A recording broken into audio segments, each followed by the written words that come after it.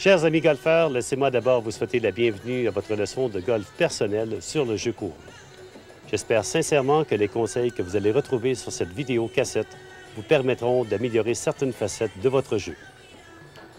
Toutes les images ont été tournées dans le décor enchanteur de Marrakech au Maroc, plus précisément au Palmeraie Golf Palace ainsi qu'au magnifique club Amelkis. Vous aurez donc l'occasion, du même coup, de découvrir une superbe destination pour votre prochain voyage de golf.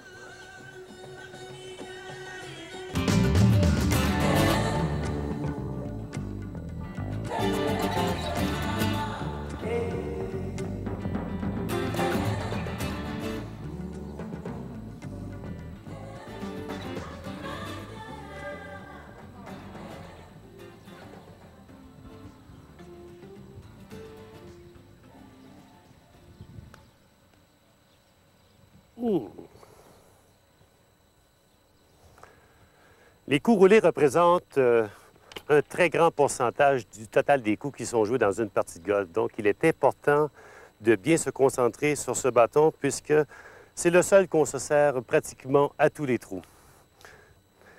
Au point de vue technique, c'est quand même assez limité puisque le mouvement est quand même assez différent de celui qu'on emploie normalement pour jouer les autres coups. Lorsque vous jouez vos fers et les bois, par exemple, on emploie des prises soit entrecroisées, soit superposées et qui permettent, lors du mouvement arrière, de casser les poignets et de former un angle droit. Alors que sur le mouvement de putting, il est préférable d'avoir les mains un peu plus entrées l'une dans l'autre et de prendre une position de main qui empêche justement les poignets d'être actifs lors du mouvement.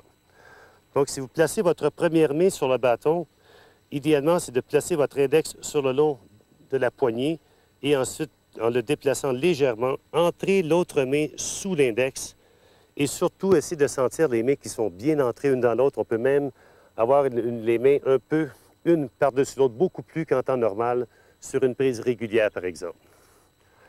Point de vue répartition de poids, pour le joueur gaucher, idéalement, ce serait d'avoir l'œil droit vis-à-vis la balle ou sinon au-dessus de la balle pour ceux qui optent pour une position un peu plus penchée. La répartition du poids est quand même un peu plus prononcée au niveau de la jambe avant, donc peut-être 60% sur la jambe droite, encore une fois, et ça permettra d'avoir une position beaucoup plus stable puisque le bas du corps est complètement inactif pour ce genre de coup. Il n'y a aucun transfert de poids lorsqu'on utilise un putter. Et si on allait sans bâton, ce qu'on devrait voir, c'est tout simplement une extension vers l'arrière avec un mouvement en une seule pièce et au retour, même chose. Donc, quand les mains bougent, normalement, les épaules devraient bouger. Il faut surtout éviter de jouer du poignet. Comme malheureusement, c'est souvent le cas chez les amateurs, on a tendance à frapper la balle vers le haut, alors qu'on devrait plutôt se concentrer à frapper la balle à la fin du mouvement descendant ou sinon au point de croisement.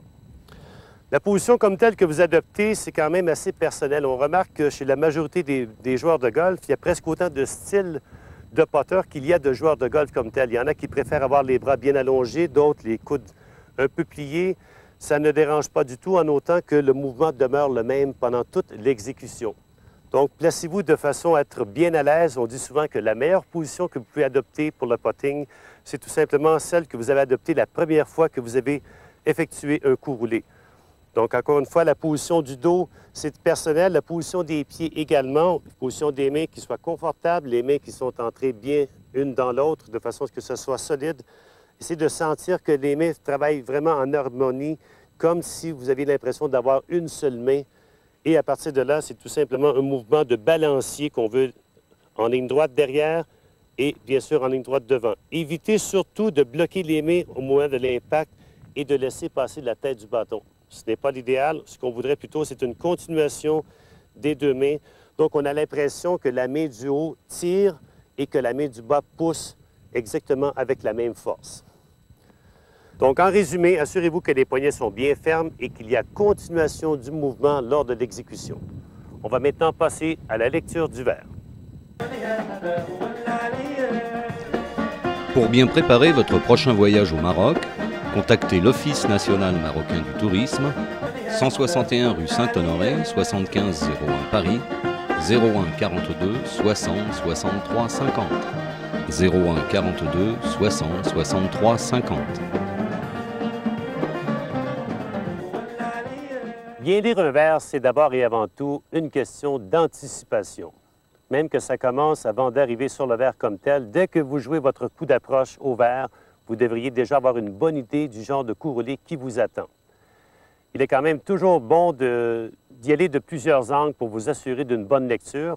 Et la première question qu'on devrait se poser, c'est de se dire tout simplement, si j'envoie la balle en ligne droite directement vers le trou, qu'est-ce qui va se produire? Dans un cas comme celui-ci, si j'envoie ma balle directement vers le trou, je m'attends à ce qu'elle termine sa course au moins 3 à 4 pieds à droite. Forcément, je vais jouer la balle 3 à 4 pieds à gauche et tenter d'anticiper la courbe qui permettra à la balle de terminer sa course tout près du trou. Donc, on y va d'une deuxième lecture. De côté, on peut très bien voir les courbes du verre et de déterminer encore une fois à quel endroit exactement la balle devrait passer pour s'approcher du trou. Si vous avez le temps, sans retarder le jeu, c'est d'y aller même de l'autre côté du trou pour vous assurer d'une meilleure lecture. Et ensuite, il est temps d'exécuter le coup roulé. Personnellement, j'aime bien prendre un point de repère devant ma balle, un peu comme on fait pour les coups d'approche, par exemple, ou les coups sur l'allée, les coups de départ. Prendre un point de repère devant sa balle. Et sur les longs roulés, il est même préférable de prendre un deuxième point. Donc, j'essaie d'anticiper la courbe nécessaire qui va me permettre de m'approcher du trou et je me cherche un point à peu près à mi-chemin qui me permettra justement de mieux m'aligner à partir de mon premier point de repère. Donc, on peut avoir facilement 2 points de repère sur les longs roulés.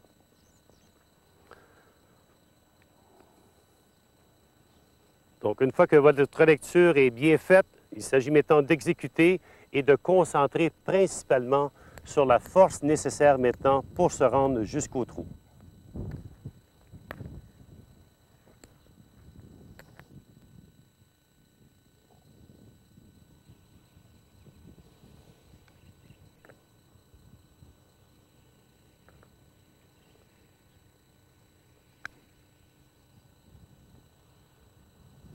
Et voilà, ça tourne très, très bien. Malheureusement, ça manque un peu de distance, mais pour un coup roulé d'une trentaine de pieds, je crois que c'est quand même déjà très satisfaisant. Et je me contenterai volontiers de 2 roulés sur celui-ci.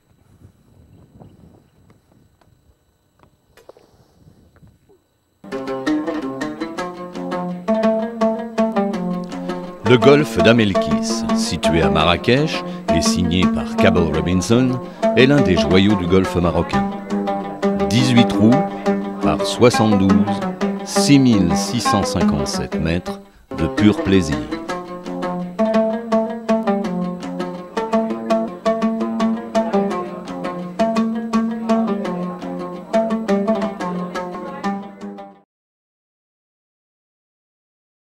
Bien que la posture que vous employez soit très personnelle et la technique plutôt limitée, appliquez-vous tout de même à bien ajuster la position des mains sur la poignée.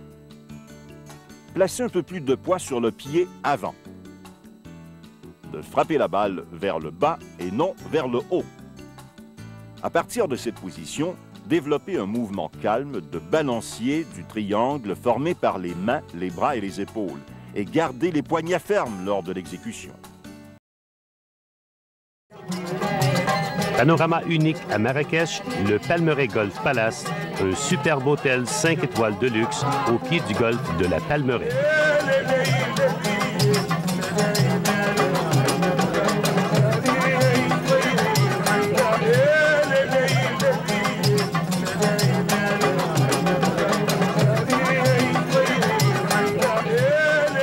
Le Palmeraie Golf Palace, votre prochaine destination golf.